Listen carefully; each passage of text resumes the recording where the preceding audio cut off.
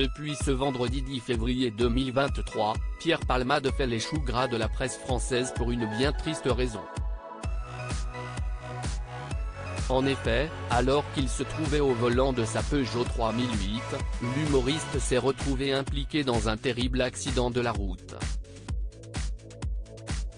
C'est sur la départementale 372, qui relie la ville de Melun à son domicile de Célie-en-Bière, qu'il a violemment percuté un véhicule qui circulait dans la direction opposée, avec à son bord une femme enceinte de 6 mois, son frère et son fils de 6 ans. Une troisième voiture est ensuite venue s'encastrer dans l'un des deux véhicules déjà accidentés. Grièvement blessé, Pierre Palmade a été héliporté jusqu'à l'hôpital du Kremlin-Bicêtre. Si, comme l'a indiqué sa famille à l'AFP, ses jours ne sont plus en danger, la femme qui conduisait la voiture qui l'a percuté a perdu son bébé, tandis que l'état de santé du conducteur et du fils de 6 ans reste encore préoccupant. Pierre Palmade Dr Pierre Palmade testé positif à la cocaïne. Les résultats de l'analyse toxicologique ont révélé que Pierre Palmade était sous l'emprise de cocaïne au moment des faits. Le parquet de Melun a ainsi ouvert une enquête pour homicide et blessures involontaires ayant entraîné une incapacité totale de travail supérieure à 3 mois, par conducteur sous l'emprise de produits stupéfiants.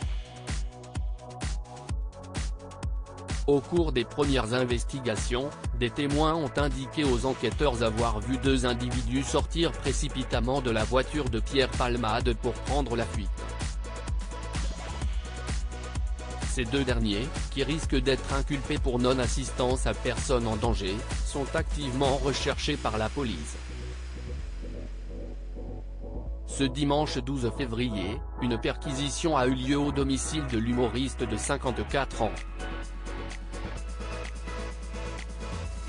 Comme l'a révélé Le Parisien, le téléphone portable de Pierre Palmade a mystérieusement disparu et les policiers ont dû se contenter de saisir du matériel d'injection.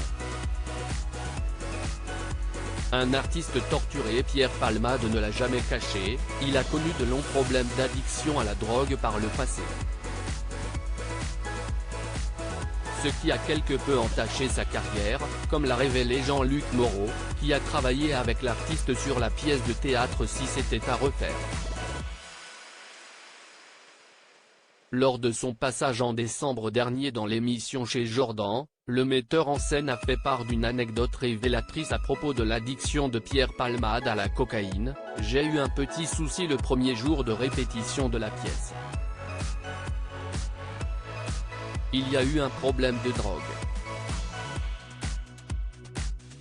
Ça m'a surpris. Il m'avait demandé 100 € pour aller voir un fournisseur. Et d'affirmer qu'il avait appelé son agent pour lui dire.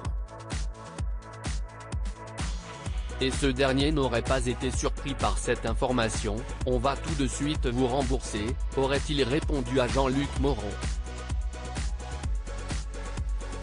Si est hallucinant. Je ne pensais pas qu'il allait me dire ça. Cette histoire qui a duré un après-midi. Je lui ai dit qu'on ne pourra pas continuer.